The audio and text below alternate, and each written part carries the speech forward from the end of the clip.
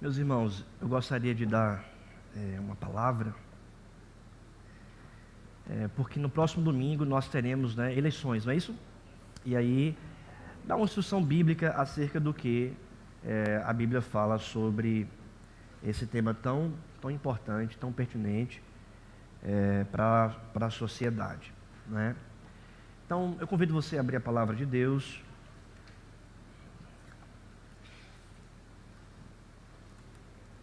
na carta do apóstolo Paulo aos Romanos.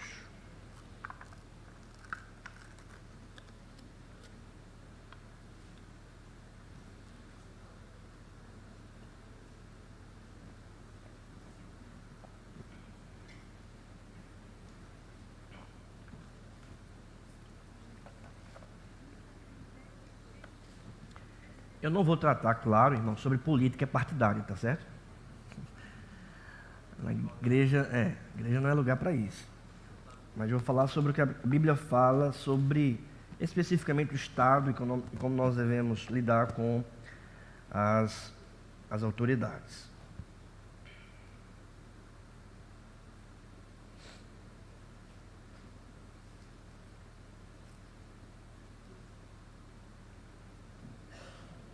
Romanos capítulo 13.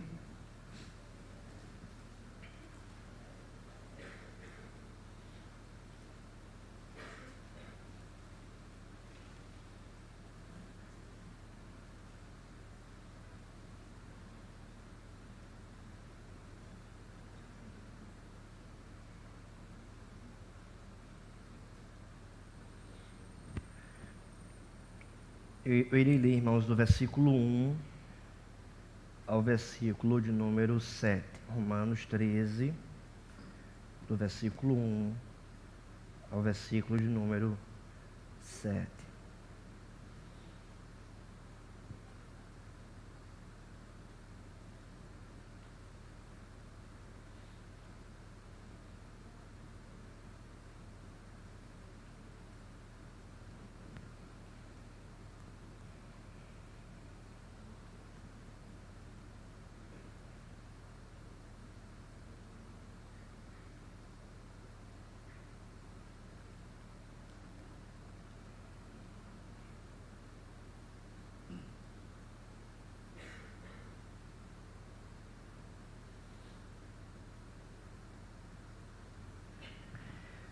Romanos capítulo 13, do versículo 1 ao 7. Irmãos, antes de meditarmos, um aviso importante, tá bom?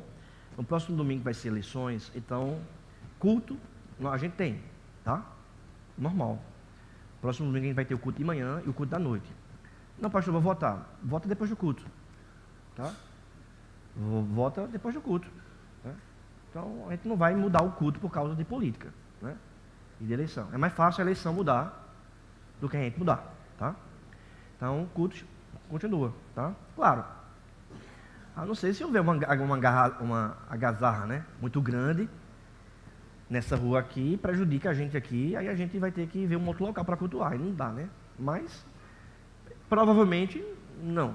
A gente não vai ter. Então, nós teremos o culto matutino, 9 horas até 10, e teremos o culto vespertino, tá bom? 18h30 às 8 horas. A escola bíblica dominical, então, a gente vai suspender, tá bom? A gente suspende para dar tempo, quem quiser voltar pela manhã e não pode voltar à tarde, né?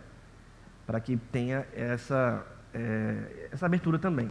Escola bíblica é escola, então a gente pode alterar, pode mudar, mas eu creio que o culto a gente pode, né, permanecer. Conversei rapidamente ali com a mesa administrativa e também todos concordaram, tá bom? Então, estou avisando. Isso, presbítero Júnior até me lembra aqui, que domingo é ceia do Senhor, tá? Então, venha para o culto, né? Lembre, você faz parte de um reino maior do que esse mundo. Então, isso vai dizer muito sobre a sua vida espiritual, tá bom? Então, vamos vir para o culto. Vamos ceiar. Vamos participar da ceia pela manhã, né? O culto termina 10 horas, a gente vai, quem quiser voltar de manhã, volta, né? Meio-dia também pode voltar e à tarde volta. Até que horas a votação? 18? 5, pronto, até 5 horas. Depois da votação, você vai para casa, né, ou já vai pronto, e vem para o culto, 18h30, tá certo? Venha para o culto, 18h30. Irmãos, antes da gente ir para o texto, o salmista diz, né, que o povo de Deus se reúne para anunciar de manhã a tua misericórdia e durante as noites a tua fidelidade, que é o Salmo 92. É um salmo de culto. Então o povo de Deus se reúne de manhã e de noite. O povo de Deus, a igreja, no Antigo Testamento e no Novo Testamento, eles cultuavam a Deus juntos, de manhã e também de noite, tá? Então, por que nós adoramos a Deus de manhã e de noite? Porque é uma ordenança bíblica, é uma santa convocação. Estarmos aqui para adorar a Deus. Faltar a essa santa convocação é pecado, irmãos, é desobediência. É um mandamento, né, de guardarmos este dia para adorarmos a Deus. Então, a gente cultua de manhã e de noite porque é uma ordenança e porque é um modelo bíblico apresentado nas Escrituras Sagradas para adorarmos a Deus. Você vai ver várias referências, tanto no Antigo como no Novo Testamento. Já tivemos uma aula sobre isso, tratando sobre o culto a Deus. E por que nós cultuamos de manhã e de noite, tá bom? E o nosso culto é bem objetivo, né? A gente é uma igreja simples, o nosso culto dura no máximo 1h30, tá? Então o nosso culto é bem objetivo, tá? Então é um culto que é simples, centrado na palavra do Senhor.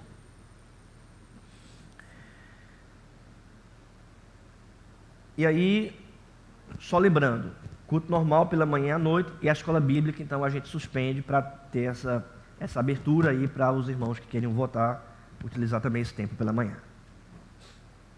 Vamos para o texto, Romanos capítulo 13, versículo 1 ao 7, assim diz a palavra do Senhor.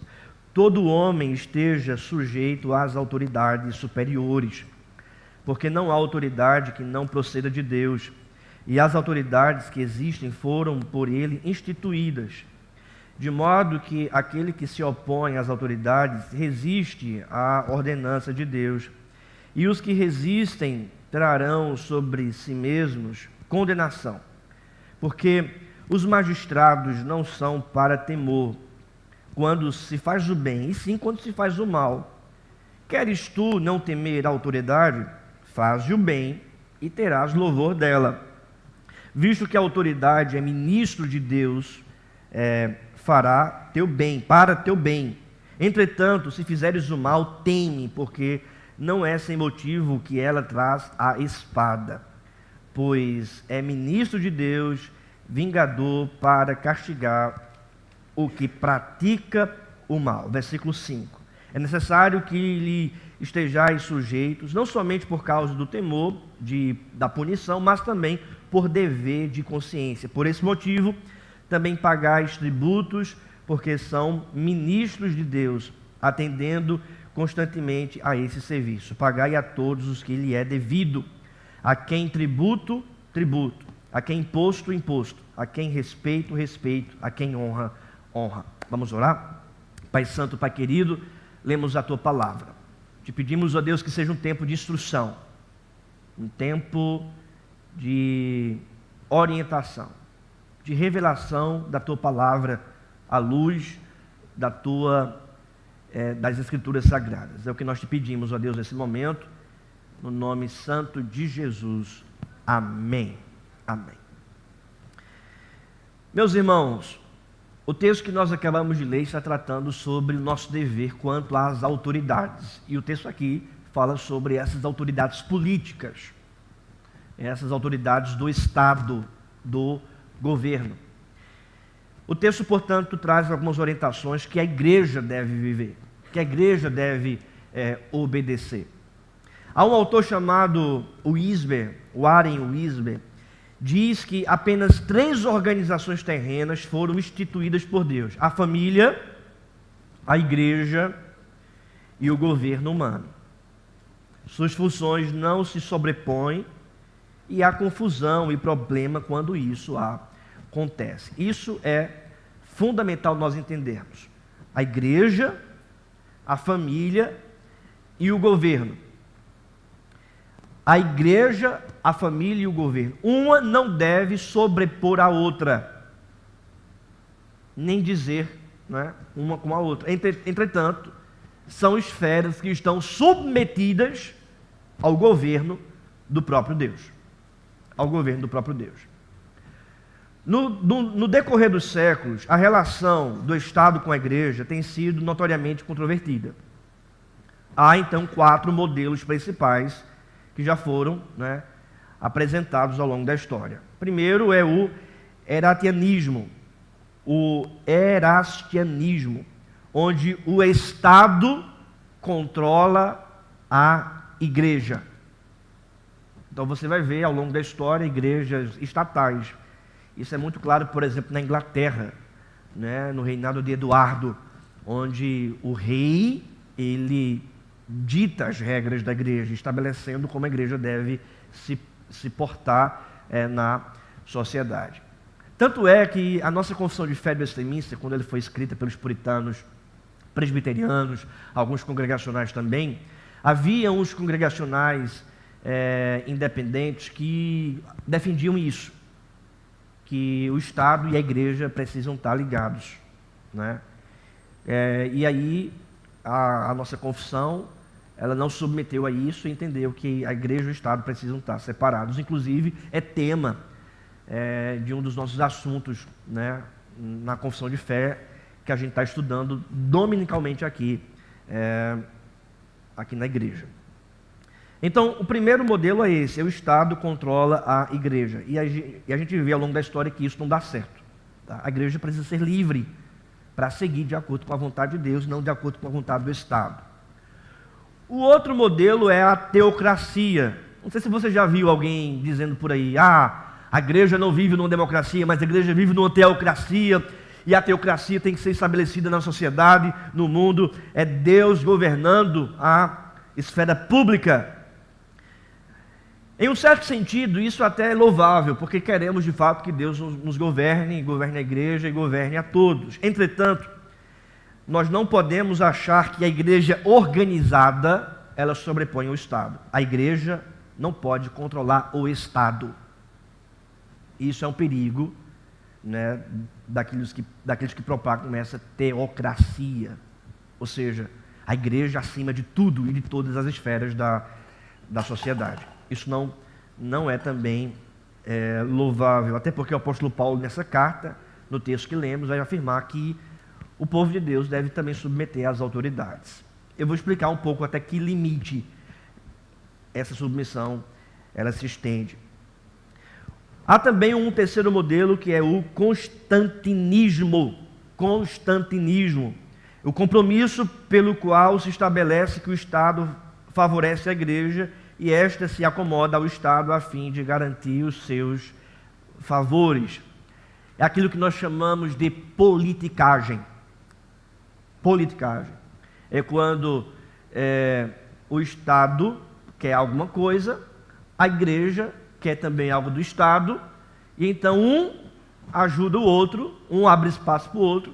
Então há, infelizmente, adulterações em relação às verdades reveladas por parte da igreja, porque se submete ao Estado a fim de obter vantagem do Estado.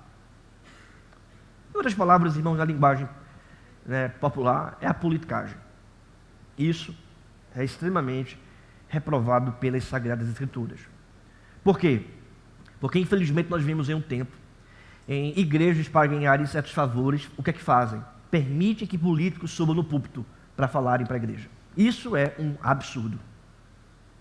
Isso é um absurdo. Não, a gente vai ganhar um terreno. Vamos deixar o político falar. Vamos votar em fulano de tal ou em ciclano de tal. Isso é um absurdo. Isso jamais deve acontecer numa igreja séria.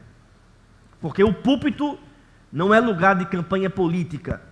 Púlpito é lugar para que o evangelho seja pregado com fidelidade. Amém, irmãos?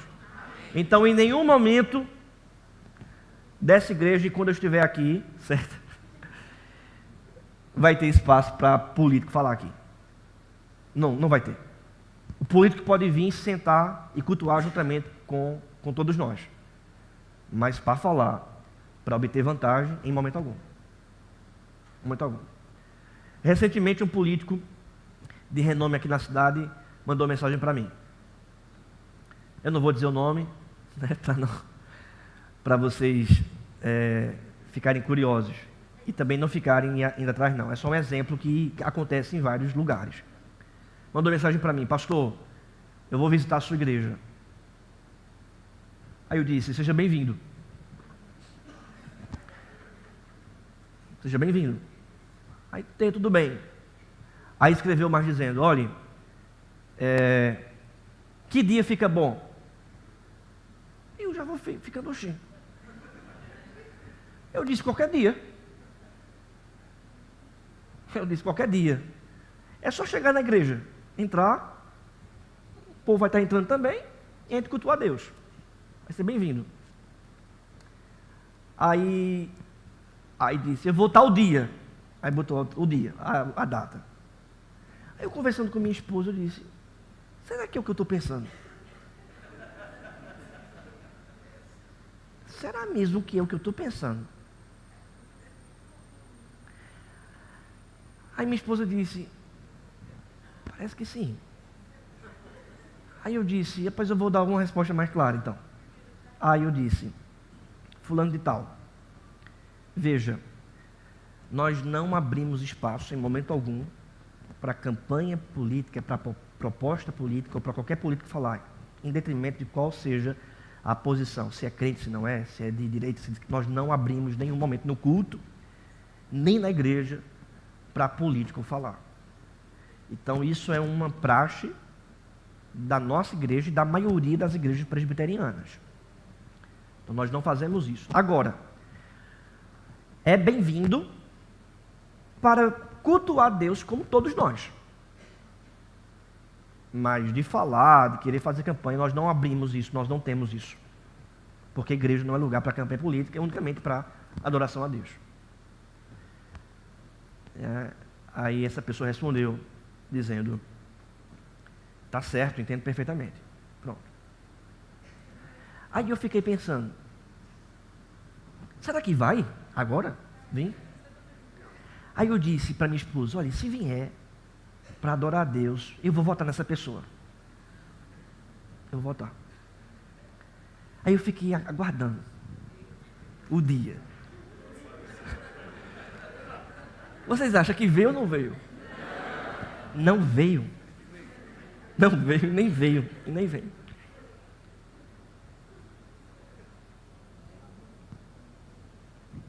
Meu Deus, que coisa feia, né?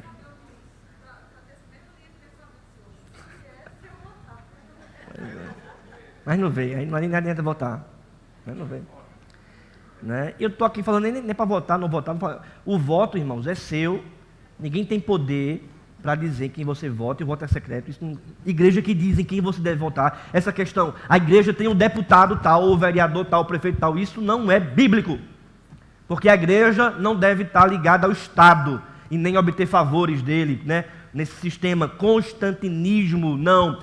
Compromisso pelo qual se estabelece que o Estado favorece a igreja e esta se acomoda ao Estado a fim de garantir seus favores, isso não é bíblico, tá bom? Então, essa não é uma relação saudável, tá? Um quarto modelo é o que nós chamamos de parceria. A igreja e o Estado reconhecem e incentivam um ao outro nas distintas responsabilidades dadas por Deus em um espírito de colaboração construtiva. Esse último é o que aparenta ser melhor, tá bom? Onde são duas esferas distintas, igreja e Estado, elas não sobrepõem uma à outra, mas caminham livremente, mas uma pode, não é, orientar a outra e vice-versa. Uma em questões espirituais e de cunho de cosmovisão cristã, outra em relações sociais. Então perceba, são duas esferas distintas, tá bom? Duas esferas distintas, livres uma da outra, e uma não sobrepõe a outra. Se a gente for estabelecer um presidente ou um prefeito, nós não estamos caminhando do caminho certo, porque a igreja já tem o seu governador, e o governador da igreja é Cristo, a quem nós nos submetemos. Cristo Jesus, o único governador da igreja. Eu me lembro que na época da pandemia houve uma tensão muito grande nessa situação. Diego, se você puder aí fora pedir para baixar. Isso. Porque como é uma igreja, né, é legal, tá bom? Tá na lei que não pode ter carreata em frente de igreja. Então, o grupo de apoio pode até pedir para baixar, né, ou dar voz de prisão, se se tiver coragem, né? Viu, Dijão? Irmãos, perceba, a igreja e o Estado reconhecem e incentivam um ao outro nas distintas responsabilidades dadas por Deus e em um espírito de colaboração e de construção, né? É isso que nós podemos chamar de parceria. E esse último parece que o melhor se encaixa, né? É o melhor que se encaixa no ensino de Paulo aqui em Romanos capítulo 13. Porque você vai perceber essa parceria que existe entre Estado, igreja e Estado, duas esferas distintas. Antes da gente adentrar no texto, é importante que estabelecer a questão das esferas. Eu tinha feito até um slide, mas eu me arrependi de não ter colocado, porque eu disse para o Aldo, não coloca não, porque eu vou ficar mais no texto, mas tem um slide muito interessante, mas não dá tempo, depois a gente vê. Mas a imagem lembra o seguinte, lembra numa imagem onde você tem o Estado acima, e embaixo você tem igreja, família, saúde, sociedade, lazer, patrimônio. Mas quem está em cima? O Estado. Pronto, isso aí não é correto. O Estado não tem direito, de acordo com Romanos capítulo 13, de dizer como deve ser a sua casa, a sua família. O Estado não tem direito de dizer como você deve educar seus filhos. O Estado não tem direito de dizer qual deve ser o seu lazer, ou como deve ser o seu lazer. O Estado não tem o direito, ou o governo não tem o direito de dizer em que você deve trabalhar, como você deve trabalhar. Não, o Estado não tem esse direito. Não tem esse poder. Tá bom? Então, primeiro ponto é esse, que o governo ele não deve estar acima das outras esferas da sociedade, como família, trabalho, educação, casamento, lazer e tantas outras esferas, né, da sociedade. E isso seria colocar o Estado acima das esferas e não. O Estado tem que estar no seu lugar, de igualdade com as outras esferas da sociedade. Do lado da família, do lado do trabalho e assim por diante. Estão entendendo, irmãos? Um segundo aspecto, e tem muito evangélico que acha que é bom isso aí, mas não é colocar a igreja acima das outras esferas. Então não é o Estado mais, mas é a igreja. A igreja está acima do Estado, família, trabalho e as outras esferas da sociedade. Isso também é um problema, porque a igreja ela não deve estar acima dessas outras esferas. A igreja tem que estar juntamente com as outras esferas. Quem deve estar acima? Deus. Deus. Então Deus vai dizer como deve ser a igreja, Deus vai dizer como deve ser o Estado, Deus vai dizer como deve ser a família e as outras esferas da sociedade. Quando o Estado é muito grande, né, então existe problema. E eu não quero aqui dar nomes para termos políticos, para não gerar nenhum tipo de confusão, tá bom? Mas quando o Estado é muito grande e quer controlar tudo, então é problema. Quando a igreja ou o indivíduo também está no alto, é um outro espectro político, e isso também é muito complicado, tá? Tem os seus problemas. Quem está acima de tudo? Quem deve estar acima? Deus.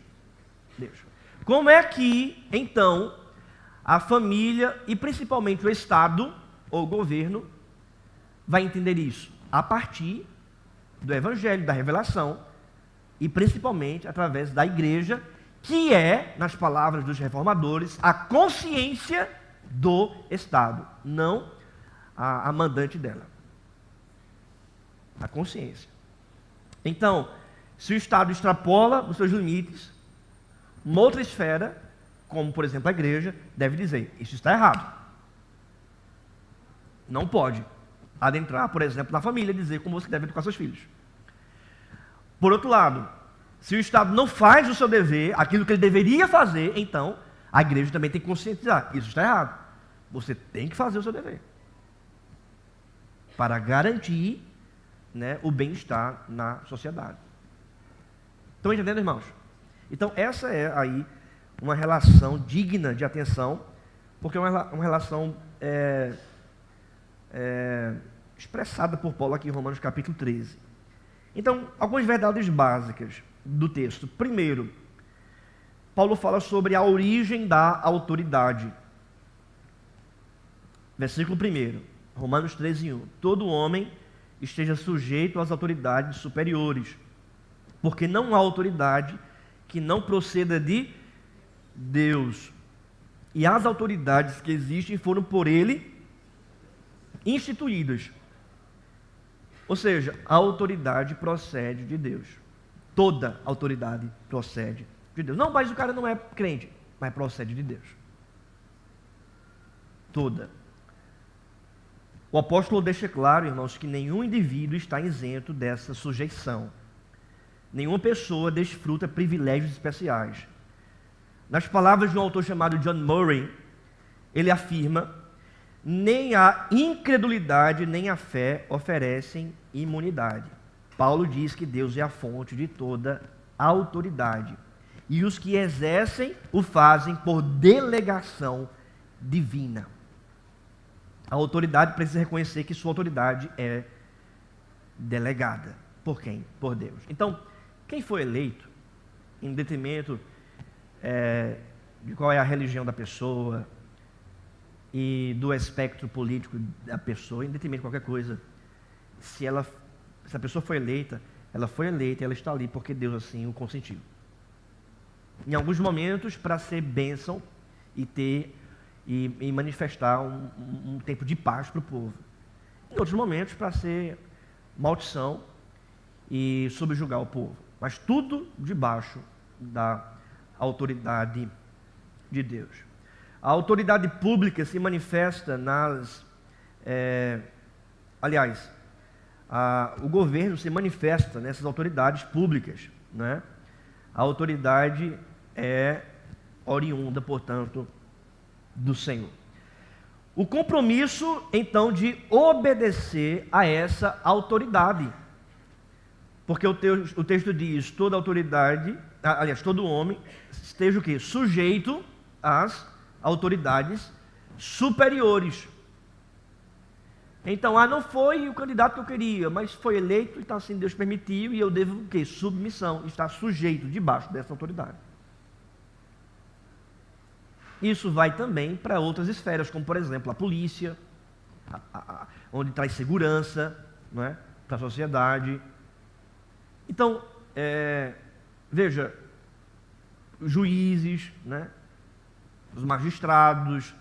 Então, o ser humano tem que estar debaixo dessas autoridades que foram ali constituídas por Deus. Submissão. Até que ponto? Submissão incondicional? Sujeição incondicional? Por que não? Eu queria ouvir vocês. A escola bíblica, então vamos falar.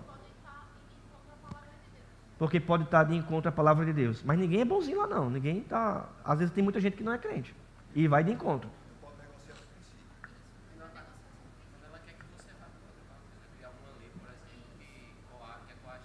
Eu estou ouvindo aqui uma lei que não é, que não quer coagir e tal. Mas, por exemplo, a Bíblia diz que a gente deve cultuar a Deus, e teve a lei da pandemia, e a gente obedeceu a lei da pandemia. Vamos ver outra pessoa aí, lá de trás.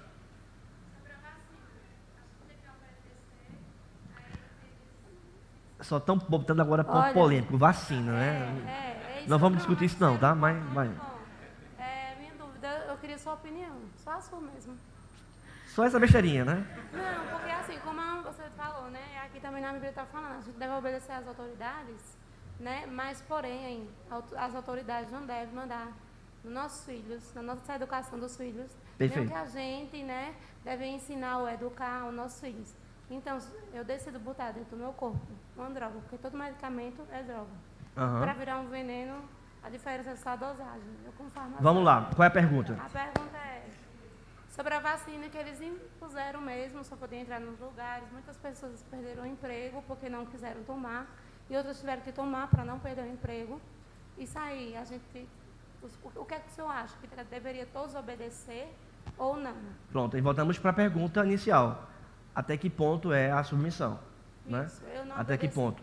Vou responder mais adiante. O que é que vocês acham? Até que ponto a igreja você deve submeter às autoridades? É incondicional ou é condicional? Até que ponto?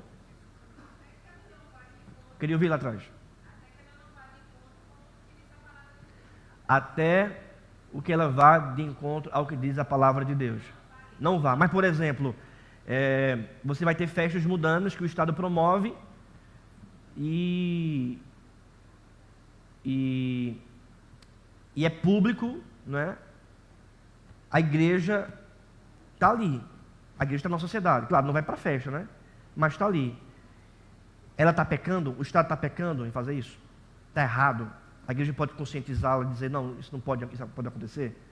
A sociedade não pode se submeter a isso?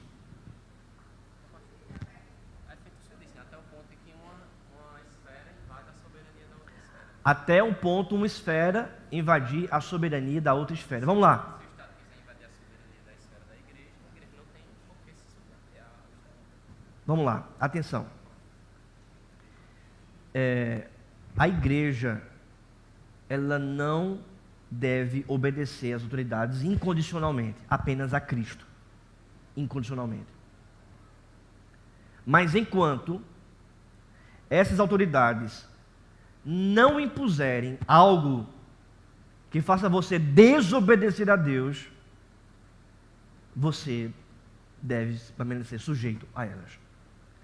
Se existir algo do Estado ou do governo onde obriga você a fazer algo ou a se submeter a algo que vai de encontro ao mandamento do Senhor, a palavra de Deus, então deve existir o quê? Uma desobediência à autoridade do Estado, porque existe uma autoridade maior, que é a autoridade de Cristo, que nos manda não submeter a isso.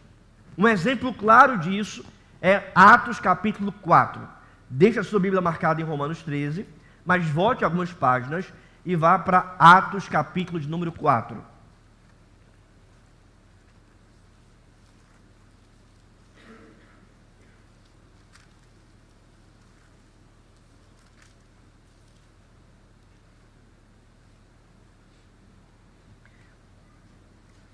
Volte algumas páginas, Atos capítulo de número 4, veja o que diz, por exemplo, o versículo de número 16. Vou ler, Atos 4, 16. Que faremos com estes homens?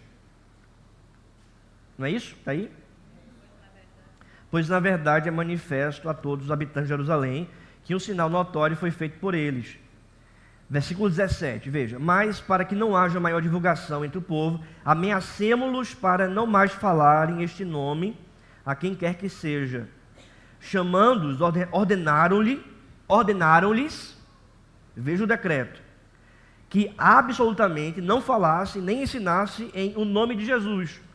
Mas Pedro e João lhes responderam: julgai ser justo diante de Deus, ouvir-vos antes a vós outros do que a Deus, pois não podemos deixar de falar das coisas que vimos e ouvimos. O Estado ameaçando os apóstolos a não falarem mais de Jesus. Então, e decretaram. Então os apóstolos falaram: Existe, em outras palavras, né?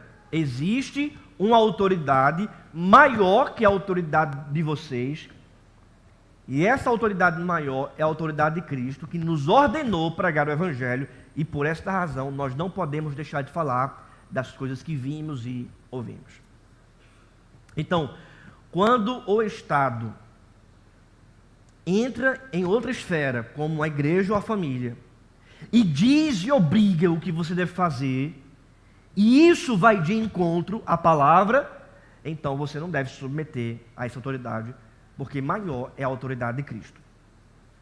Claro que você deve ser honesto e responsável, porque tem muita gente com espírito de anarquia por aí, dizendo que isso não é dever do Estado e por ali vai, mas é apenas pessoas que estão pregando uma anarquia e que a autoridade do Estado não está indo contra a autoridade da igreja, da palavra de Deus, de Cristo, e apenas utiliza esse lema para pregar rebeldia, insubmissão e por aí vai. E não é esse tipo de postura que nós devemos ter. Nós precisamos ser homens e mulheres sensatos, responsáveis, maduros, de estarmos sujeitos às autoridades enquanto elas estiverem, né, fazendo o seu papel. Agora, quando elas estiverem contra e nos obrigando a fazer algo contra a vontade de Deus, aí nós não devemos nos submeter. Tá? Então, em relação a isso, dá para você aplicar para a sua vida. Tá? Quando o Estado se mete na sua família e obriga você a fazer algo que é de competência dos pais, então você já tem que ficar ligado. Opa! Agora também, você também não pode ir para um outro extremo. Achar que o Estado não tem competência de conscientizar a sociedade. Porque também, por outro lado, tem muita gente que vai para outro extremo. Né? Questões de, né, saúde pública e por aí vai, aí não quer fazer nada. Não, acho que a gente tem que ter moderação, tá bom? Então, eu particularmente não acredito, né? Eu particularmente não concordo com essa questão de vacina obrigatória, mas eu entendo a importância das vacinas e entendo o papel do Estado de conscientizar as famílias nesse sentido. Como também eu não concordo particularmente com essa questão de que o filho só deve aprender com escolas do Estado. Não, eu acho que a família ela pode ter também liberdade de se quiser ensinar os seus filhos com responsabilidade. Então, assim, cada esfera no seu lugar. Agora, quando uma esfera, isso não quer dizer que deve ser anarquia, não, mas quando uma esfera obrigar você para fazer algo que vai de encontro à palavra, aí, irmãos, existe uma autoridade maior que você deve submeter. Vamos evitar os extremos, tá bom? Vamos evitar os extremos para a gente cair não também nessa ideia sempre ao Estado ou também sempre ao indivíduo. Então, acho que a moderação e a ideia de parceria, né, entre Estado e igreja e as outras esferas é o melhor conceito, tá bom? Eu sei que tem algumas pessoas com perguntas. Eu não vou responder a pergunta polêmica, tá? Porque aí eu acho que o princípio já está bem estabelecido, tá bom? O princípio já está estabelecido. Porque o princípio já vai responder as perguntas polêmicas que você tem, né? Então, assim, se você pensar bem, então você vai entender como se aplica para a sua casa, para a sua família, essa questão. Se não houver uma ordenança contra sujeição à autoridade do Estado, todo homem deve estar sujeito às autoridades. Volte para Romanos 13. Terceiro, a atitude de não resistir à autoridade, versículo 2. De modo que aquele que se opõe à autoridade resiste à ordenação de Deus, e os que resistem trarão sobre a si mesmo condenação. Então, nós não devemos resistir à autoridade do Estado. Sujeição, não é? e também submissão, no sentido de uma atitude de não resistência, porque é como se estivéssemos resistindo até o próprio Deus. Segundo, Paulo fala sobre essa natureza da autoridade. O versículo 4, veja o que diz: visto que a autoridade é ministro de Deus para teu bem. Vamos ler juntos? Entretanto, se fizeres o mal, teme, porque não é sem motivo que ela traz a espada, pois é ministro de Deus, vingador, para castigar o que pratica o mal. Então, Paulo aqui está tratando sobre a natureza. O apóstolo Paulo diz que a autoridade é ministro de Deus. Lembra quando o profeta Isaías, como boca de Deus, chamou Ciro, rei da peste, de meu pastor? E Ciro não era crente.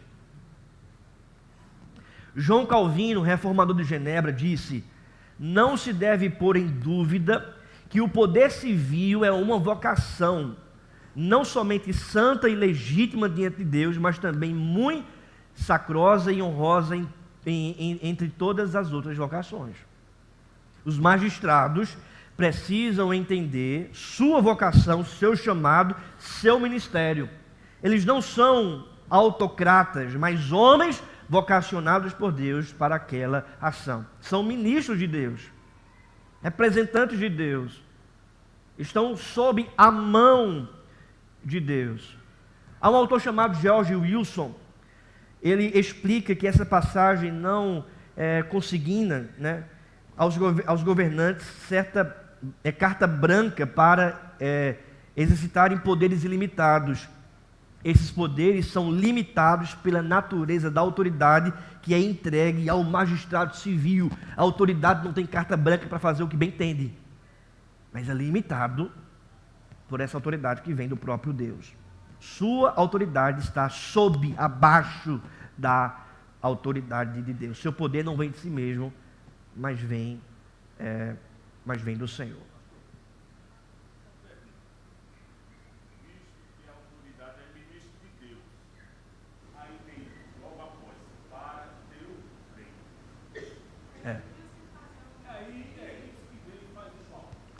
Vamos lá.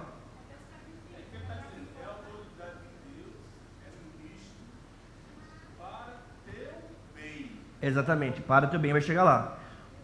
Quando faz o mal, quando a autoridade ela faz o mal, essa autoridade ela está desobedecendo a Deus e sendo instrumento de Deus de juízo para o povo.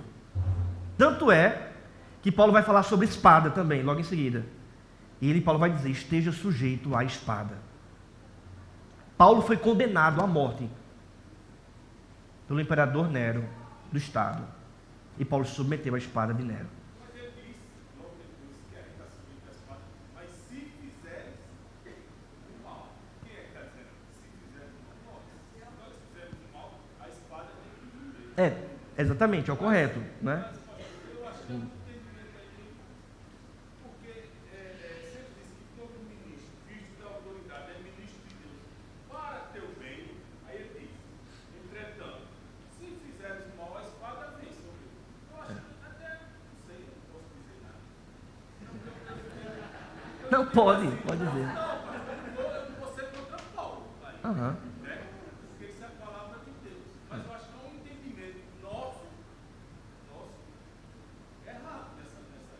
Eu sempre É porque, veja, reformadores todos estão. só explicar. O que Paulo vai falar mais adiante, que você chega lá, é sobre a finalidade da autoridade. Que é fazer o bem, que é proteger o mal. Segura aí, Prebito. Que é proteger o mal, né? Se uma autoridade faz algo que não é bom para a sociedade, ela não está fazendo bem, ela está fazendo o mal. Mas ela deixou de ser autoridade? Não. As pessoas deixam de não submeter a ela? Também não. Porque é o Estado. Porque é o Estado. Por exemplo, Paulo ele foi preso pelo Estado por causa da pregação do Evangelho e ele recebeu o quê? O mal. Ele recebeu o mal. Ele foi decapitado. O Estado deixou de fazer o mal? Não, continuou fazendo o mal. Mas o povo não estava submetido ao mal? Estava submetido ao mal. O povo recebeu esse mal. Então, a função do Estado é fazer o bem. Se o Estado faz o mal, isso vai respingar no povo. Não tem condição. Não tem para onde correr. Claro, existe aquele mal ordinativo do Estado que a igreja não deve se submeter, que é quando uma autoridade ordenada pelo Estado vai de encontro à autoridade bíblica. Mas as demais coisas, a igreja, a família, a sociedade, ela sempre vai estar submetida às autoridades. Porque isso é natural de toda a história. Nunca aconteceu algo diferente. É natural de toda a história. Por exemplo, não sei, mas teve um decreto e terça-feira vai ser feriado. Não, você vai trabalhar. Não, você não vai trabalhar, porque vai ser feriado. Ninguém vai... O comércio vai estar fechado. Não, eu vou comprar pão na padaria. A pessoa pode até abrir ali, mas é natural que a sociedade esteja o quê? Debaixo da autoridade do Estado. É uma coisa natural. Claro, é papel dela fazer o bem. É papel dela fazer o bem. Mas é natural, é uma coisa comum. As autoridades estarem acima da gente e a gente submeter a elas enquanto elas estiverem presentes fazendo o bem. Né? Rapidamente. Fazendo o bem também quando fazem o mal. Quando fazem o mal, essa autoridade respinga na gente. Porque, por exemplo, se alguém chegar aqui, não sei, teve um decreto e não pode cultuar Deus e a polícia veio e prendeu 3 aqui. Você não vai preso? Você pode até lutar, mas você vai ser o quê? Vai ser algemado, não vai? Ela não fez o mal para você? Você se sujeitou à força, não se sujeitou, mas não se sujeitou? Isso não é mal? Se sujeitou ou não? Então, é natural isso acontecer. Neno. Eu ia falar o seguinte, que a função do Estado, a função correta, a função comum, é fazer o bem. Quando não faz o bem, se desviou. Exatamente. Outra coisa aí, eu queria saber do senhor, em relação a Paulo, como também em relação a Cristo. Cristo se entregou para o Estado, o Estado fez o mal. Só que aí havia ali um propósito. Como também Paulo chegou no fim da sua vida, sabia que aquele era o momento inevitável. Que talvez possa soar assim, não. Paulo se submeteu, não era para ter se submetido. Mas é porque chegou um momento que ele não podia se livrar. Exatamente. E Deus tem um propósito. E Deus tem um propósito. É uma autoridade que foi constituída por Deus, até mesmo no mal. Até mesmo no mal. Por exemplo, quando Nabucodonosor, rei da Babilônia, fez o mal para Jerusalém, fez o mal, era um rei que fez o mal. O povo não submeteu ao mal? Porque não poderia. Submeteu no sentido de não conseguir se livrar. Claro, eles lutaram, mas não conseguiram se livrar. Mas fez o mal. E eles ficaram ali subjugados pelo mal feito por Nabucodonosor. Mais adiante, por exemplo, ele vai afirmar que Nabucodonosor foi usado para a disciplina do povo. Entende? Rapidamente aqui, Júnior. Tem uns irmãos ali atrás, mas Júnior. Mas aí a gente é legítimo em submissão se a igreja, por exemplo, a igreja, nós como cristãos, né, individualmente, participarmos de manifestações legítimas ou usarmos meios legítimos para poder contradizer alguma determinada autoridade que está fazendo uma coisa que a gente julga ser inapropriada. Sim, com certeza. Porque assim, a gente pode pensar, não pode, tem que se submeter de todo jeito, então não posso protestar, não posso me manifestar. Não, isso não. Então assim, quando uma esfera ela faz uma coisa que não é correta de acordo com o conhecimento bíblico, a igreja pode sim, pessoas podem sim se manifestar contra aquilo ali. Isso não é errado não, tá? Lá atrás, teve uma irmã, isso. Várias vezes, alguns profetas, eles se levantavam contra pessoas mesmo, que estavam de autoridade. Feito no caso até de João Batista, que se posicionou contra Herodes e vários outros. Elias contra o rei. Não precisa. E aí, no caso, hoje em dia, praticamente a gente não vê muito essa situação da igreja se levantar, mesmo vendo coisas erradas a nível de autoridade, a igreja muitas vezes se cala. E a gente vê que na história da palavra de Deus, sempre se levantava alguém para dizer, ó, isso está errado, isso não está certo, você está se casando com uma mulher, você está fazendo isso. E hoje em dia todo mundo... Veja, Só para explicar, a sujeição que a igreja deve fazer, e eu disse isso várias vezes aqui, tá bom? A sujeição que a igreja deve ter, ou o homem, a mulher, a família que deve se submeter ao Estado, é enquanto o Estado não ferir uma ordenança bíblica. O Estado não está acima de Deus. Então, enquanto o Estado permanece naquilo que é o seu dever, nós precisamos nos sujeitar, submeter e não resistir. Então, a nossa vontade própria de querer alguém, de querer outra pessoa, isso não deve ser motivo de uma resistência porque não é a pessoa que a gente quer. Entende? Então, enquanto o Estado agir, submissão, sujeição. Mas se o Estado extrapola os seus limites e diz o que você deve fazer, e diz o que você deve, como você deve viver, que é digamos assim, uma coisa contra a palavra de Deus, aí sim a igreja tem que se manifestar. Aí sim a igreja tem que se posicionar contra. Entretanto, se o Estado permanece assim, ele está subjugando você. Não é? Também é a mesma coisa. Mesma coisa.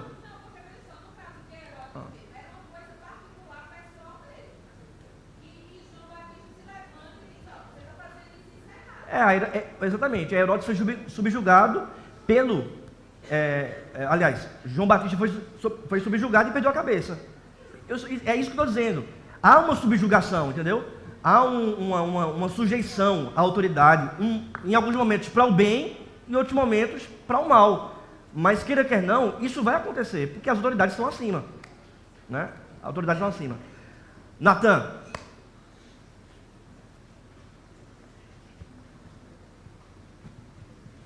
Pastor, minha dúvida é um pouquinho antes do fato de a gente ter que obedecer à autoridade. Uhum. A Bíblia diz claramente, não há autoridade que não proceda de Deus. Eu tenho uma séria dificuldade de entender, compreender essa afirmação. Por exemplo, a gente tem vários casos de golpe de Estado. O cara vai lá, dá um golpe de Estado e aí começa a oprimir a população. Isso é frequente. De que forma a gente consegue compreender que aquela autoridade agora, que passou a ser autoridade, é instituída ou foi instituída por Deus? Eu tenho um exemplo claro disso é Nabucodonosor. Invadiu Jerusalém, destruiu, tirou o rei do trono, levou cativo muita gente para a Babilônia, muitos foram mortos, outros fugiram para o Egito. E lá na frente Deus vai dizer por meio dos profetas, isso é a mão do Senhor pesando sobre vocês. O caso de Davi, pastor, que ele, de alguma forma, ele fugia de Saul, da autoridade de Saul, porque ele queria matá-lo. Como é que fica essa questão dessa submissão? É isso que eu estou dizendo, irmãos. Enquanto uma autoridade, isso não quer dizer que a gente vai se sujeitar à morte. Paulo não se sujeitou à morte. Paulo morreu porque ele foi subjugado pelo Estado. Enquanto as autoridades, um governante, ou quem quer que seja, se manter no seu papel, amém. Ok, sujeição. Mas se for contra a palavra, se fazer algo contra, né, a nossa vida, fazer o mal, nós precisamos sim resistir, fugir, escapar. Mas é uma subjugação, entendeu? Eles estão subjugando. Isso acontece naturalmente. É isso, tá bom? É isso. Paulo não foi decapitado porque chegou para Nero, minha cabeça está aqui. Não é isso, entendeu? Enquanto se permanecer fiel, né? Enquanto permanecer fiel e não inferir em outra pessoa aquilo que ele deve fazer. Rapidamente, irmãos, vamos para a parte final, sobre a finalidade da autoridade. Primeira finalidade, promover o bem. Versículo seguinte, né? 3 e 4, veja. Porque os magistrados não são para o temor, quando se faz o bem, e sim quando se faz o mal. Queres tu não temer a autoridade, faz o bem, e terás louvor dela. Versículo 4. Visto que a autoridade é ministro de Deus para teu bem. Entretanto, se fizeres o mal, teme, porque não é sem motivo que ela traz a espada, pois é ministro de Deus, vingador, para castigar o que pratica o mal. Então, a autoridade do Estado é fazer o bem. Enquanto o Estado faz o bem, o Estado deve... as pessoas devem entender que essa sujeição é coerente, é correta. Se o Estado faz o mal, a igreja deve ficar calada? Não. A igreja e as pessoas podem protestar? Podem. Podem e devem. Mas o Estado ou as autoridades deixaram de ser autoridade? Não. Se permanecer no erro, as pessoas serão o quê? Subjugadas. Qual é o nosso dever? Dizer para o Estado, para as autoridades, vocês devem fazer o bem. Segundo, veja o que diz o texto, não é? Mais adiante, castigar o mal. Versículo 4, porque não é sem motivo que ela traz a espada, pois é ministro de Deus vingador para castigar os que praticam o mal. Então, quando a autoridade do Estado chega com espada, com prisão, para frear o mal, é função também dela, tá? Castigar o mal. E então Paulo fala sobre nosso dever para com a autoridade, versículo 5 em diante, veja, é necessário que lhes estejais sujeitos, não somente por causa do temor da punição, mas também por dever de consciência. Por esse motivo também pagais tributos, porque são ministros de Deus, entendendo constantemente a este serviço. Aquele que diz, eu não vou pagar o tributo porque o Estado é mau, está pecando contra Deus. O problema não é do Estado, é seu. O problema do Estado, as autoridades darão contra Deus. Darão contra Deus. Isso não quer dizer que eu não devo protestar. A gente pode protestar, com menos impostos e tal. Mas é uma sujeição que nós devemos ter. Porque são ministros de Deus, entendendo constantemente a este serviço. É ministro de Deus apenas uma autoridade boa? Não. Porque Nabucodonosor foi uma autoridade ruim e serviu de disciplina, instrumento de Deus para subjugar e disciplinar o seu povo. Versículo 7. Vamos ler todos juntos? Pagai a todos o que lhes é devido. A quem tributo, tributo. A quem imposto, imposto. A quem respeito, respeito. A quem honra, honra. Então, se é imposto, imposto. Tributo, é tributo. Honra, honra. A quem respeito, respeito. Amém? Termos práticos. Para que a gente não tenha governadores, vereadores, prefeitos que fazem o mal, votem em pessoas, irmãos, que praticam o bem, que sabem muito bem a sua função e a sua vocação. Não vote em qualquer um, que você possa votar em governadores, em autoridades que de fato reflitam a palavra de Deus, que tenham um reflexo da consciência. E eu não estou tratando aqui de votar apenas em gente que é crente, não. Porque tem gente que diz que é crente para ganhar o voto dos crentes. Eu estou falando aqui de pessoas que você pode votar, que tenha consciência do seu papel de fazer o bem, de castigar o mal, de proteger a sociedade. Amém? Vamos ficar de pé e vamos orar.